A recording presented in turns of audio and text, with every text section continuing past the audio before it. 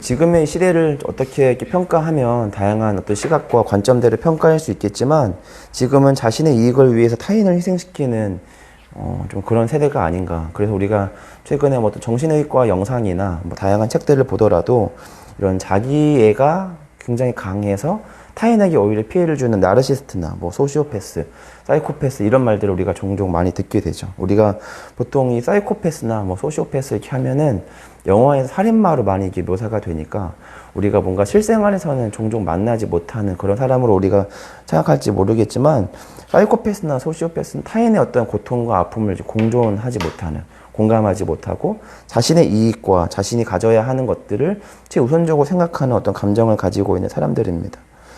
뭔가 이런 세상에서 뭔가 이 나르시스트나 뭐 소시오패스처럼 어떤 정신의학적인 부분에서 어떤 그런 판명을 받지 않더라도 논리와 이상에 따라 내가 타인에게만 큰 피해만 없으면 내가 어떤 이익을 가져가든 또 내가 가지고 있는 권리가 내가 왜 타인을 위하여 양보해야 하는가 라고 이성적인 어떤 생각과 합리적인 판단이 굉장히 뚜렷한 시대에서 이 그리스도인들이 뭔가 세상을 향하여 친절과 자비, 정직, 성실, 또 비겁하지 않게 살아가는 것들은 참으로 어렵다는 거죠.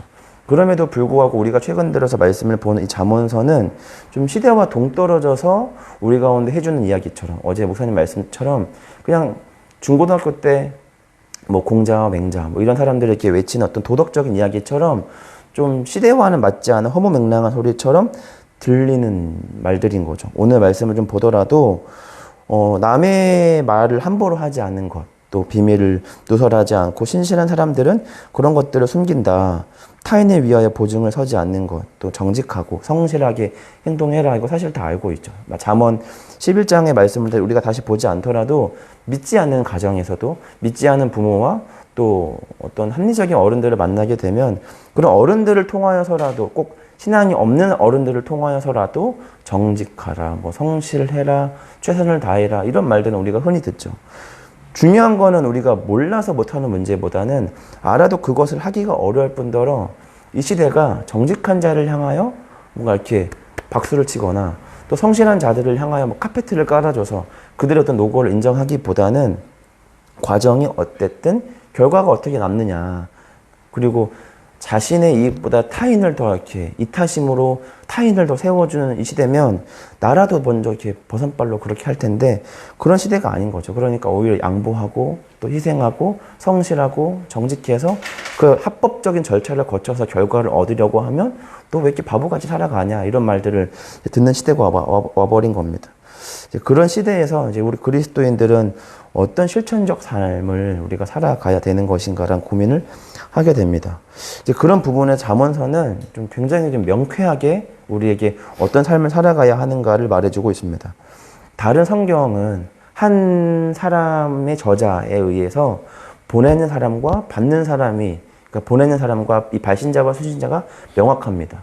그리고 한 사람이 1장부터 뭐 28장까지, 뭐 30장까지, 뭐 40장까지 나름의 특별한 목적을 가지고 한 문맥을 가지고 명확하게 썼기 때문에 뭐 욥기나 뭐 마태복음이나 뭐 누가복음이나 이런 성경들은 전체적인 맥락 또 누가 또 누구에게 어떤 역사적 배경에서 썼는가라고 하는 기본적인 배경 안에서 그 말씀을 이해하는 게 중요한데 뭐 마태복음 우리가 공부할 때 거기서 내가 마음에 드는 말씀만 이렇게 쏙 빼서 말씀을 들으면 사실은 마태복음의 저자가 하고 싶었던 말씀과 맥락을 놓치게 됩니다.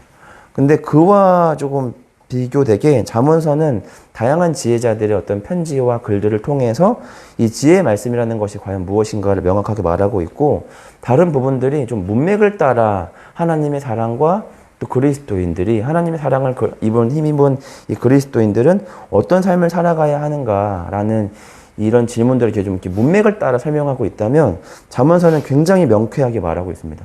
거짓으로 저울추를 달지 말라. 하나님은 그런 자들 기뻐하지 않고 지혜로운 자는 입이 무겁다. 차라리 잘 말할 자신 없으면 그냥 듣기만 해라. 이렇게 굉장히 명쾌하게 우리 가운데 말하고 있는 겁니다. 그러니까 만약 따르게 좀 이렇게 예를 들면 만약 마태복음이나 이런 거를 보면 하나님의 어떤 탄생부터 막 이야기를 하고 있잖아요. 하나님께서 어떻게 태어나셨는가, 예수님이 어떻게 이 땅에 오셨는가부터 해서 예수님이 누구인가.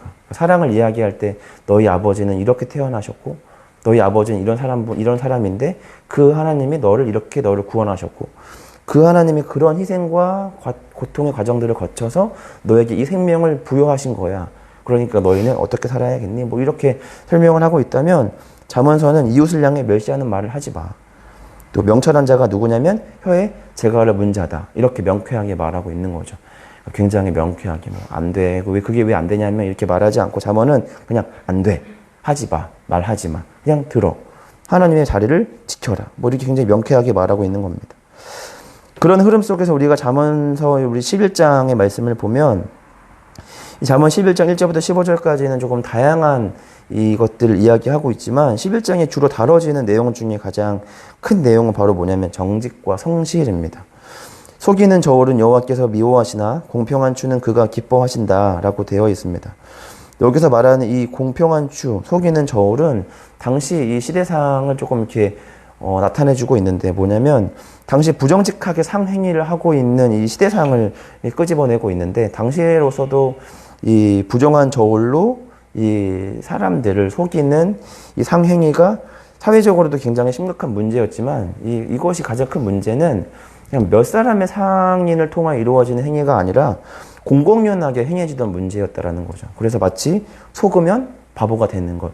그러니까 고객들이 스스로가 더 잘 유심히 살피고 속지 않으려고 노력해야만 제값을 주고 자기가 원하는 가치를 원하는 바대로 얻을 수 있던 사회였다라고 하는 것이죠. 그런데 결국에는 그렇게 뭐 이렇게 작업들을 해도 결국 뭐 벌금을 물거나 해도 그렇게 이익을 본 거에 비해서 벌금이 약하니까 그냥 누구나 쉽게 속이고 그렇게 속이지 않는 상인들은 오히려 다른 상인들에 의해서 바보가 된다라고 하는 겁니다. 최근에 이제 와대에서 신우예배 때 제가 화요일날 설교를 했는데 그때 예로 들었던 게 깨진 유리창 이론이었습니다. 깨진 유리창 이론은 우리가 잘 알고 있는 것처럼 깨끗하고 멀쩡한 이 지역에도 이 멀쩡한 지역에 유리창 하나가 깨지면 사람들 모두가 의아하고 그 모두가 깨끗하고 멀쩡한 유리창 첫 번째가 깨지면 그 깨트린 사람은 그것에 대해 굉장히 큰 죄책감을 느끼거나 죄의식을 느끼지만 이미 몇 개 유리창이 깨져 있는데 하나가 더 깨지는 것에 대해서는 사람들이 큰 죄책감을 가지지 않더라라고 하는 것입니다. 뭔가 그런 이론으로 우리가 좀 말씀을 우리가 오늘 접근을 해보면 이 그리스도인들은 어떤 사람들이냐면 누군가가 이미 깨어진 유리창이 있기 때문에 그것으로 이미 이렇게 뭔가 예를 삼아 쉽게 유리창이 깨어지고 그것에 대해서 큰 죄책감을 느끼지 않을 때 그리스도인들은 그 유리창이 깨지지 않도록 조심조심 할 뿐더러 더 나아가서는 그 깨진 유리창을 이렇게 복원하고 있는 사람들이지 않을까라는 생각을 하게 됩니다. 오늘 말씀이 전체적으로 그러한 어떤 이 시대로 치면 좀 바보 같은 정직함을 가진 사람들, 좀 바보같이 겸손한 사람들인 거죠. 사실 이 시대 사람들이 겸손한 사람을 우대하거나 또 교만하지 않고 성실하게 자기 일을 행하는 사람을 교회에서는 그래도 그런 사람들을 가치 있게 평가하지만 세상에서는 성실히 일했는가 또 그 사람이 얼마나 겸손한가 사실은 그런 건 필요 없죠. 그냥 그 사람이 그런 과정들을 거치든 뭐 안 거치든 간에 어떠한 결과를 내고 있는가 사실은 이제 그런 게 중요한 것이죠. 그럼에도 불구하고 그리스도인들은 어떤 사람들이냐면 이미 더럽혀진 길거리 이렇게 보면 뭐 예전에 저번에도 이렇게 명동에 잠깐 친구를 만나러 갔을 때 거기가 상가 건물이야. 3층에 떡볶이집이었는데 떡볶이를 막 굳이 이게 돈 내고 막 먹으러 가는 편은 아닌데 어떻게 하다 보니까 친구들끼리 거기에 무슨 마늘 무슨 뭐 모시기 떡볶이가 있다 그래가지고 이제 3층으로 떡볶이를 먹으러 갔는데 그 계단에 이렇게 내려오면 계단 이렇게 손잡이 문턱에 잠깐 이렇게 꺾여지는 곡선 부분이 있지 않습니까? 거기에 이렇게 먹다 남은 이제 커피숍에서 먹었던 뭐 아메리카노나 이렇게 남은 플라스틱 텀블러들이 거기에 이렇게 마치 쓰레기통처럼 곡선마다 이렇게 바닥에 이렇게 놓여 있는 걸 보게 됩니다. 그러니까 처음에 누군가가 한 사람이 놨겠죠. 그리고 그걸 치우지 않았고 그러다 보니까 자연스럽게 뭐 10개 중에 뭐 11개가 되는 것은 사람들이 거기에 큰 죄의식을 느끼지 않으니까 거기에다가 그렇게 쓰레기를 버리는 거죠. 근데 사람들은 그걸 지나가면서 이제 보통 대체적인 반응은 나쁜 사람들은 이제 버리거나 조금 그것보다 조금 더 나은 도덕심을 가지고 있는 사람들은 이 사람들은 도대체 뭐 하는 사람들인가? 그러면서 뭐 여기 건물주를 욕할 수도 있고 여기 왜 관리가 안 되나 뭐 이렇게 생각할 수도 있고 하지만 뭐 저는 그렇게 하지는 않았지만 진짜 우리 그리스도인들은 거기에 있는 쓰레기를 하나라도 가지고 와서 쓰레기통에 버리는 사람들이 아닐까. 뭐 그렇게 한들 뭐 사회가 더 나아지고 뭐 갑자기 뭔가 이렇게 어떤 내 안에 어떤 내성의 변화가 벌어지거나 하는 것은 아니지만 좀 그렇게 바보같이 살아가는 것. 합리적이지 못한 것, 뭐 굳이 그렇게 살아가야 하는가, 뭐 능률적이지 못한 것, 효율적이지 못한 삶을 자처하며 살아가는 것이 그리스도인이라고 하는 거죠. 속이는 저울. 모두가 다 속여서 그렇게 막대한 이익을 가지고 차라리 벌금을 물더라도 그 이익을 가져가서 그 이익 쪽에 그냥 벌금을 조금 내는 게 당시 모든 상인들이 쉽게 그렇게 하던 일들이라면 큰 손해를 막심하게 보더라도, 가게가 망하더라도 정직한 저울로 정직한 이익을 얻고 하는 것, 그런 것이 중요한 것이라고 하는 겁니다. 그 남극에는 이제 분리자드라고 하는 이 강한 눈보라가 이렇게 치는 시기가 있습니다. 영하 4, 50도가 돼서 그 시기 때는 모든 동물들이 이제 분리자드를 피해서 조금 더 따뜻한 지방으로 지역을 이제 옮기게 되는 대이동의 시간들이 벌어지는데, 그 대이동의 시기에 이 황제 펭귄이라고 하는 이 펭귄은 오히려 그 분리자드를 향해서 걸어갑니다. 생태학자들이 이런 이해할 수 없는 황제 펭귄의 습성을 조사해 본 결과, 황제 펭귄이 그렇게 하는 것은 뭐냐면, 이 분리자드라고 하는 이 눈보라가 가장 극심하게 몰아치는 이 시기에는 도저히 생태학적으로 살아갈 수가 없기 때문에 거기는 대부분의 동물들이 빠져나오게 되니까, 황제 펭귄 입장에서는 뭐냐면 그 추위를 그들 무리가 견딜 수만 있다면 알을 낳고 생명을 만들어낼 수 있는 가장 조로의 찬스라고 하는 것이죠. 자기들을 잡아먹거나 할 수 있는 동물들, 천적들이 없다라는 걸 황제 펭귄은 알기 때문에 모두가 그 분리자들을 등을 지고 따뜻한 곳으로 이동할 때, 그런데 황제 펭귄은 그 분리자들을 향해서 걸어갑니다. 그리고 혼자서는 도저히 살아갈 수가 없으니까 이렇게, 그 혹시 다큐멘터리 보셨죠? 동글동글해서 이렇게 그들이 이렇게 해서 나름의 체온을 상승시키는데, 그렇게 그룹핑을 하면 체내 온도가 16도까지 이렇게 올라가서 그 분리자드의 혹독한 눈보라를 이겨내고 그들이 그곳으로 이동했던 가장 본질적인 이 알을 낳고 생명을 띄워낼 수 있는 환경과 상황을 만들어낼 수 있다는 것이죠. 그러니까 황제 펭귄이 그 혹독한 추위를 견디는 이유는 단 한 가지입니다. 그 안에 생명을 품는 것이기 때문입니다. 그러니까 어떻게 보면 이 분리자드는 이 황제 펭귄으로부터 생명을 품을 수 있는 환경을 마련해 주는 거다, 이렇게 볼 수 있죠. 우리가 어떤 정직함, 또 그리스도인에게 부여된 어떤 삶을 살아가는 것, 뭐 겸손한 것, 정직한 것, 또 속이지 않는 것, 또 입에 재갈을 물리는 것, 좀 억울하지만 그 원수를 향하여 내가 저주하거나 미워하는 마음을 품지 않고 오늘도 내가 기도의 자리로 그 마음을 가지고 나와 내가 기도하며 하나님과 그 관계를 풀고 다시금 그 원수와 같은 그 대상을 사랑하려고 노력하는 그 모든 행위들이 저는 쉽게 할 수 있는 행동이 아니라고 생각합니다. 모두가 그런 정직함, 성실, 또 제가 입에 재갈을 물리는 것, 사랑하는 것, 원수를 향하여 기도하는 것, 그 모든 게 사실은 분리자들을 향해서 걸어가는 황제 펭귄처럼 사실 혹독한 고통이 따르는 곳으로 기꺼이 들어가는 거라고 저는 생각합니다. 그런데 이 모든 세상의 모든 주류의 흐름의 방향이 뭐냐면, 그냥 내 손을 조금 덜 더럽히더라도 타인의 손을 더럽히는 게 이게 자본주의 세계입니다. 그럼에도 불구하고 교회는 어떤 곳이냐면, 또 그 교회에 있는 우리가 성도라고 불리는 사람들은 어떤 곳이냐면, 타인보다 내가 더 많은 수고를 하려고 노력하는 것이라고 하는 겁니다. 그래서 오늘 저와 여러분들이 해야 되는 한 가지의 미션은 정직함, 또 성실, 또 이런 어떤 입에 재갈을 물리는 것, 원수를 향하여 기도하는 것, 억울하지만 그럼에도 불구하고 하나님께서 우리 가운데 말씀하신 이 잠언서의 말씀을 지키는 이 분리자도로 오늘도 걸어가시는 겁니다.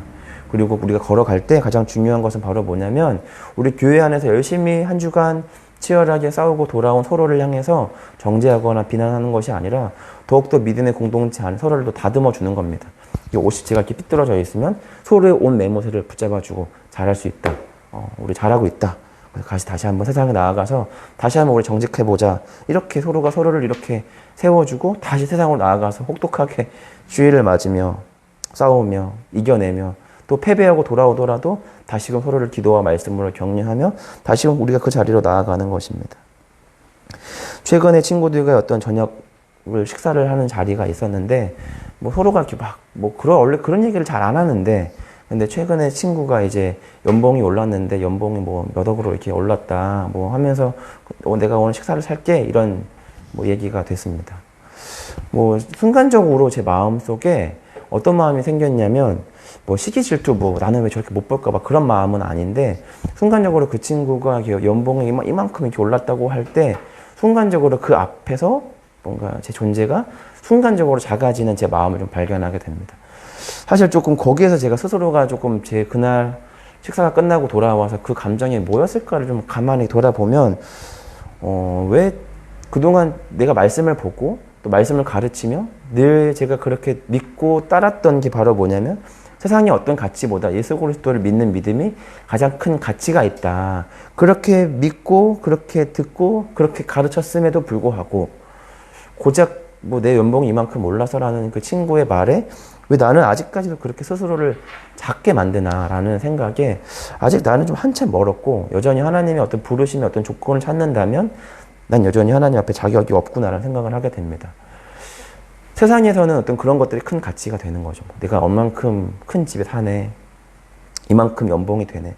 내가 직장에서 이런 인정을 받네. 이런 게 세상에서는 가장 중요하지만 사실 교회에서 하나님 앞에서 우리가 그런 것들이 중요한가? 성경에서 그런 것들을 하나님께서 그런 가치들을 한 번도 가치 있게 여기지 않으셨는데 그런데 성경에서는 하나님이 어떠한 자들을 기뻐하시는가 보면 오늘 말씀에서는 뭐냐면 하나님은 공평한 추를 다하는 자들을 기뻐하신다. 타인을 향하여 허물 없이 말하는 자보다 타인을 향하여 말을 아끼는 사람, 오히려 넘어진 자를 말로써 세워줄 수 있는 사람을 하나님은 기뻐하시고 그것을 가장 큰 가치로 여긴다라고 하는 겁니다. 혹시 최근 들어서 어떤 가치들을 향해서 마음으로 여러 가지 다양한 고민들이 있던 여러분들이었다면 다시금 잠언서 11장 1절과 15절의 말씀을 통해서 내 안에 헷갈리는 우선순위가 되는 가치들을 다시 한번 잘 정리하시고 하나님께서 어떠한 자들을 기뻐하시며 어떠한 삶을 살아가는 자들을 기뻐하시는가를 다시 한번 돌아보는 시간들이 되었으면 좋겠습니다. 교회는 성도는 연봉이나 뭐 내 집이나 그런 크기를 자랑하는 곳이 아니라 정직을 자랑하는 곳입니다. 하나님을 내가 얼만큼 사랑하는가 그리고 그 하나님의 말씀을 내가 얼마나 순종하며 하나님의 말씀을 내가 오늘도 지키는가 마치 혹독한 그 분리자들 속에서도 하나님의 말씀을 내가 지키기 위해 얼마나 노력하고 있는가 하나님은 그것을 주목하신다라고 하는 겁니다. 오늘도 이 분리자들과 같은 혹독한 이 사회 속에서 살아가실 여러분들 그러나 중요한 것은 우리는 혼자가 아닙니다. 하나님이 우리와 함께 하시며 그 혹독한 눈보라 속에도 우리와 함께 하시고 그 혹독한 추위를 견뎌내고 결국에는 그 생명을 피워낼 만한 결과를 만들어내시도록 우리와 함께 하신다라고 하는 겁니다. 여러분에게 하나님의 지혜가 있기를 원합니다. 혹시 열심히 수고하지만 그럼에도 불구하고 관계와 일적으로 결과를 내지 못하는 여러분들에게 하나님의 위로와 도전과 격려가 가득하시기를 바랍니다. 다시금 하나님의 자리에서 마음껏 용기와 힘을 얻어가시고 세상에서 혹독한 그 정직함과 성실함을 오늘도 그 흔적을 남겨내시기를 주의 이름으로 축복합니다. 기도하겠습니다. 하나님 감사합니다. 삶의 바쁨과 육체의 쇠약함과 다양한 고민과 힘듦에도 불구하고 내 육체를 쳐 온라인과 오프라인으로 하나님의 거룩한 말씀의 자리로 나옵니다. 말이 쉽지 사실은 알매도 불구하고 정직하고 성실하고 내 마음에 있는 이 불화와 같은 마음들을 잠재우고 조금 더 겸손하고 아끼는 말들을 하는 것이 얼마나 어려운가 다시금 하나님 우리 마음을 정돈합니다. 때로는 억울하고 내가 이만큼 했는데 사람들은 내 마음도 몰라주는 것 같고 내가 이만큼 열심히 했는데 부정한 자들보다 더 나은 결과를 얻지 못한 허탈함이 하나님 우리 가운데 있습니다. 하나님을 향하여 열심히 수고하나 과연 그것이 옳은가에 대한 의심도 우리 안에 떨칠 수가 없음을 하나님 돌아봅니다. 그러나 하나님 다시금 말씀과 기도 앞에 우리의 마음을 정돈하게 하여 주시고 우리가 살아가야 하는 삶을 가야 하는 길을 우리가 있어야 하는 자리를 우리 가운데 보이게 하여 주시고 마땅히 그 자리로 나아갈 때에 하나님께서 우리와 함께 하심으로 지혜와 또 명철을 우리 가운데 허락하여 주시고 정직과 성실을 우리 가운데 허락하여 주시기를 주여 간절히 소망합니다. 그 모든 시간들을 지나쳐 하나님께서 우리를 통하여 아름다운 생명을 피워내시기를 간절히 소망합니다. 이 모든 말씀 살아계신 예수님의 이름으로 기도합니다. 아멘. 이 시간 우리가 오늘 같이 우리 기도할 것은 첫 번째는 우리 나를 위해서 우리 그렇게 좀 기도했으면 좋겠습니다. 오늘 우리 말씀 들었던 대로 혹독한 이 세상 속에서 내 안에 피워내신 그 구원과 생명을 내가 잃어버리지 않게 하시고 계속 말씀과 기도의 시간들을 지켜낼 때마다 하나님의 사랑과 하나님의 마음으로 내 마음이 더욱더 강하여지고 위로되어지고 도전되어져서 하나님께서 오늘 내게 맡기신 삶의 자리에서 하나님의 일들을 잘 감당할 수 있는 자가 되게 하여 주시고 하나님 제 입술에 함께 해주세요. 제 지혜에 함께 해주시고 제가 내리는 모든 결정과 판단 가운데 함께 하여 주셔서 제 인간적인 판단을 넘어 하나님께서 기뻐하시는 결정과 생각과 말을 할 수 있는 자가 되게 하시고 오늘 내가 걸어가는 내 삶의 걸음을 주께서 주관하여 달라고 함께 우리 기도하고 특별히 오늘 내가 맡은 가정과 또 회사를 위해서 함께 우리 기도했으면 좋겠습니다. 또 내가 만나는 사람들을 위해서 함께 우리 기도했으면 좋겠고 더 나아가서는 우리 12월 30일을 우리 100명의 예배자를 위해서 우리 기도하고 있는데 우리 그렇게 기도하고 있는 우리 교회가 그 100명의 예배자를 담을 수 있는 교회가 되고 또 많은 하나님의 위로와 하나님의 말씀이 필요한 사람들이 자연스럽게 이 교회에 찾아올 수 있도록 그 사람들의 발걸음을 또 인도해 달라고 함께 우리 그렇게 마음을 다하여 기도하겠습니다. 기도합니다.